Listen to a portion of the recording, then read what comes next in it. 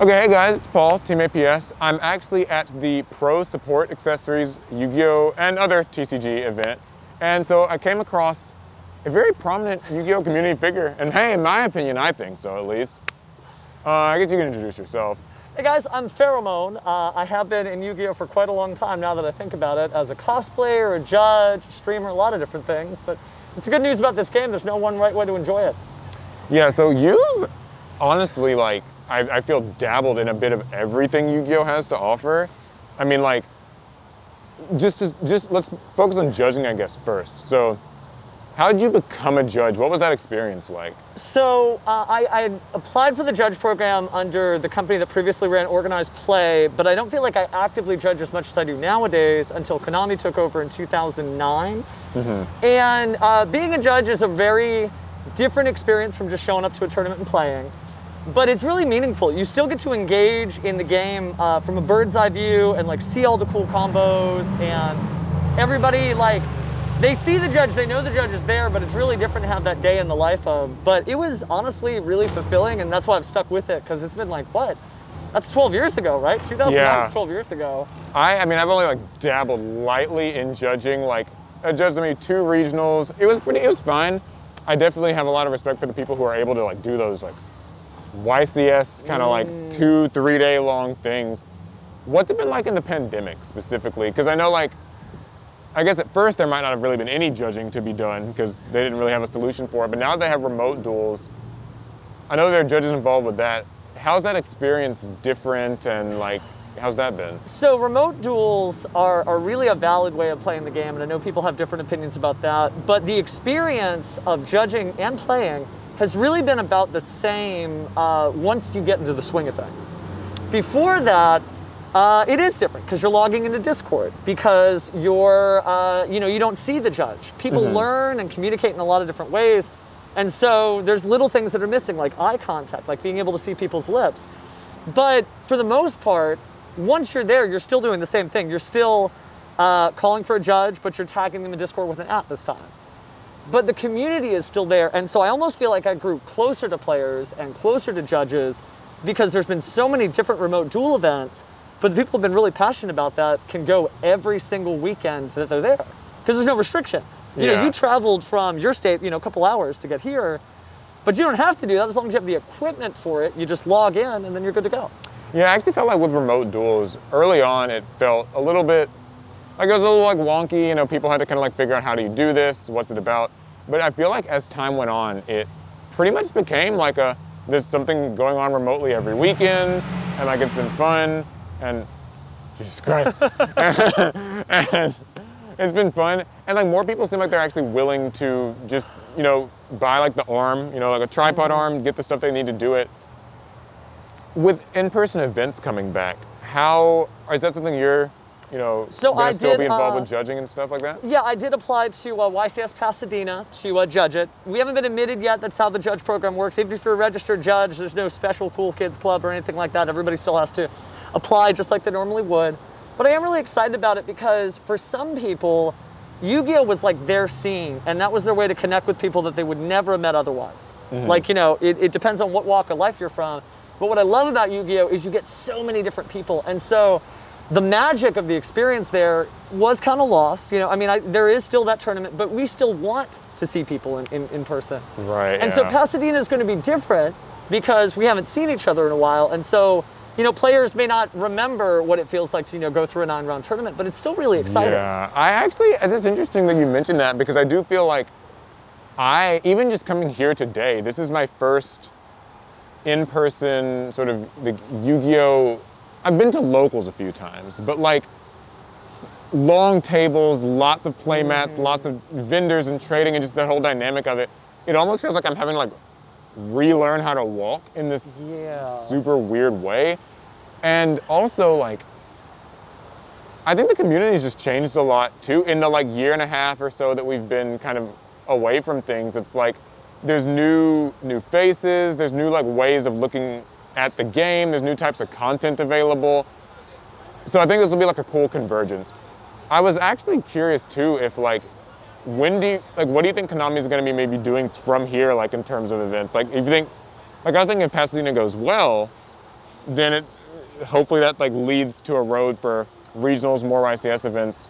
Or do you think they might be more like restrained a bit? So they definitely are not ending the remote duel program, and so I don't want anyone to get scared that, you know, Pasadena's here and some people who really relied on remote duels because they couldn't do in-person play, that's not going away. So the remote duel regionals are going to be from now until February, and it's pretty much every weekend. If you check the official tournament website, they have just breakdowns of all these different stores, people's local stores that they know really well, who are running these Discord-based tournaments.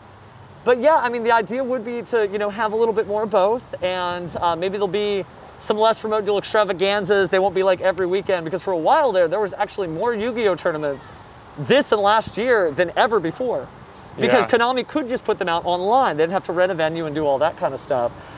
But beyond that, I mean, we're in this weird world where we haven't seen each other in 2 years, but now we've got new Yu-Gi-Oh announcements from multiple companies every single day. Yeah, it feels like there's always something new happening. That's actually a good segue. It kind of reminds me, well, you're talking about like, you know, remote duels, which is a way to like, you know, duel digitally with somebody else.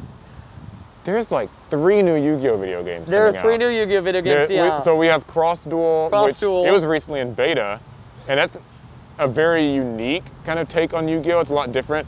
There's like Rush Duel on Switch, Master Duel, which is going to be like on everything, everywhere, and then even like Duel Links just got like Arc 5.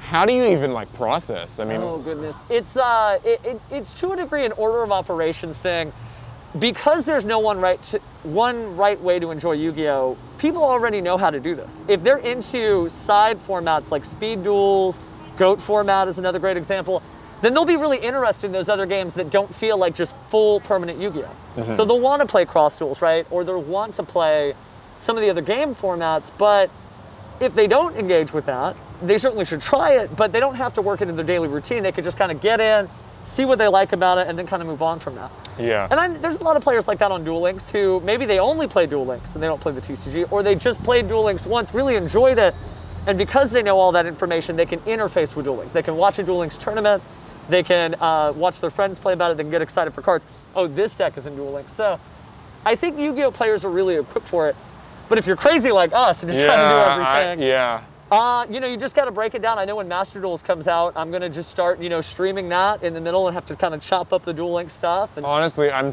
very excited about Master Duel. It's the one that, it's probably, you know, the highest up on the totem pole for a lot of people. Just, we've always wanted a way to like, you know, just official kind of Yu-Gi-Oh video game. My 2 favorite parts about it really are just every platform. Like, every platform. I can wake up and play this on my phone or iPad. I remember playing a bit of the Pokemon TCG online, and I played it on my iPad, and I found that was the perfect like medium for it. It's the right screen size, it's the right kind of handhold ability, and I can play it kind of on the couch, at the desk, like anywhere. I think that's going to bring so many people into Yu-Gi-Oh that just want to dabble in. I think it's going to just be incredible. It is, because there's a lot of people who, they're not as lucky as us. They don't have like the official tournament store right there, or they don't kind of already know how they're going to integrate with Yu-Gi-Oh. And it does bring Yu-Gi-Oh basically to everybody, because there are just like the couch gamers who could play it. You could have it on your Switch, it's on your phone, it's on all these different platforms. And so that means you're going to get different types of dueling. Yeah. If you remember at the Arc 5 Invitational, I got my butt kicked by Alec. Yeah, but you know why I did? Because that was Alec, a very good duel, though. If you're and it was a lot of fun. If you're a big Duel Links duelist, though, you'll see that Alec is using cards that are outside what conventional Duel Links duelists would say. These are the cards, right? But that's because he has an outside opinion.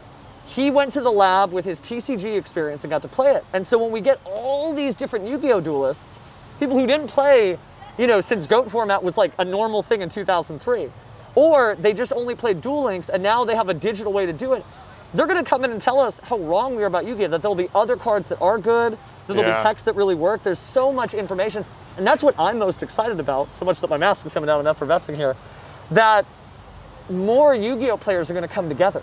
Because it is on your phone and your Switch and your Xbox and your PlayStation and Steam. It's everywhere. Yeah, and I'm wondering, I know that there was a bit of a conversation about like microtransactions and stuff, people maybe not wanting to like, you know, pay lots of money or, but honestly, I mean, I feel like, man, what Master Duel offers is just It's insane. But here's some good news from Duel Links. Duel Links has microtransactions too, but there's no cards that are ever permanently locked behind a microtransaction. Yeah. Sometimes a card is previewed in a set called a selection box, and they put Stratos in there. And I was really excited, and yeah, I put the cash in and I got Stratos. But Stratos is eventually reprinted. And so everybody could just do it through their free-to-play stuff. So you don't have to be afraid that you won't be able to play your Yu-Gi-Oh! Because you don't want to put cash in. Yeah. And honestly, I mean, I think like, we all invest a bit in this game, even in real life. So the idea of it isn't like too foreign. I guess just a last thing to sort of wrap up. I mean, since you have your, I would say like just your foot in so many parts of Yu-Gi-Oh! What is just your personal favorite thing about it? I know that's like maybe a cop-outy question, no, but it's not a cop-out question. It's really, it's the connectivity of all these different people from different places. I met somebody who's on city council for like a local city, and they're one of the judges for their Yu-Gi-Oh! Thing. And like, I met people in the judge program that were lawyers, that were people from the military, that were from all walks of life. Yeah. And I wouldn't have had anything in common with them if we didn't have Yu-Gi-Oh! And so, what's exciting about now is there's all these new things to kind of get us together, right? The Hypeland promo. Yes. Really cool merchandise that kind of brought, people. yeah, I know, you got the Hypeland shirt on. There's all these different ways, and so that's always like my goal, is to try to go to all these different places and try to just drag all these people back in. Yeah, and I think they're doing a good job of that. There's so many like little like merch collabs, these games. I feel like we're like at what almost feels like a Yu-Gi-Oh! Renaissance, where if you used to kind of like Yu-Gi-Oh! And you vaguely know about it, there's something for you. There's some merch you can buy, there's a game you can play, there's another game you can try out. You know, and like there's probably a tournament near you can go to and all these things. So I think 2022 is going to be really good. If everything kind of goes well, I think we've got a lot. So think about this. Right before the unfortunate circumstances that put us where we're at happened, we were going to have a world championship that started with a YCS and then double backed into the world championship. That was so exciting. I remember that. It was so important. I'm sure they'll figure out a way to bring it back once everything is safe, but that's where Yu-Gi-Oh! Was at. And it is at that point. It is literally bigger than it's ever been before. And that people still play Yu-Gi-Oh! Yes, they play Yu-Gi-Oh! More of them play now than ever. Yeah. And so yeah, once everything goes back to normal, it's just gonna be nuts. It's gonna be good. Well, thank you so much for taking the time. Yeah, I really appreciate it. I know we're actually just only a few hours apart, so we're sometimes at the same Yu-Gi-Oh! Events. But yeah. Any closing thoughts? Where can the people follow you? At Pheromone, and it's very hard to spell, so I'll just Pharaohmone, and I'll just let Paul edit that in right here. Yeah. Pheromone. And links in the description, of course. It'll all be down there. But yeah, I do a lot of stuff, but there's the thing, there's so many Yu-Gi-Oh! Communities out there, so find me, but like find the people that follow me, because that's so much more important. It's cool that you like what I do, but there are cosplayers who haven't like played their favorite new TCG cards or don't know that there's new Blue Eyes and Dark Magician support coming out. There's duelists that played Goki and everything in Link Frames, but don't know that there's an entire anime just about people playing meta. Right. So they gotta connect. So it's cool if you like me, but you gotta find your fellow Yu-Gi-Oh! Players, because there's more Yu-Gi-Oh! To like. Yeah, and there's a lot of ways to consume it. Really is. Well, thank you again. Make sure you guys check out Pheromone. He's pretty much everywhere. So yeah, I appreciate him taking the time. And of course, you guys, let me know down in the comments, what do you think? What's your favorite upcoming Yu-Gi-Oh! Announcement? I would like to know that. Is it a particular game? Has it been the merch? Has it been those watches that I saw the other day that were $400, like luxury? Nice. There's all kinds of stuff. But guys, yeah, that'll be it. We will see you guys in the next video. Pass turn.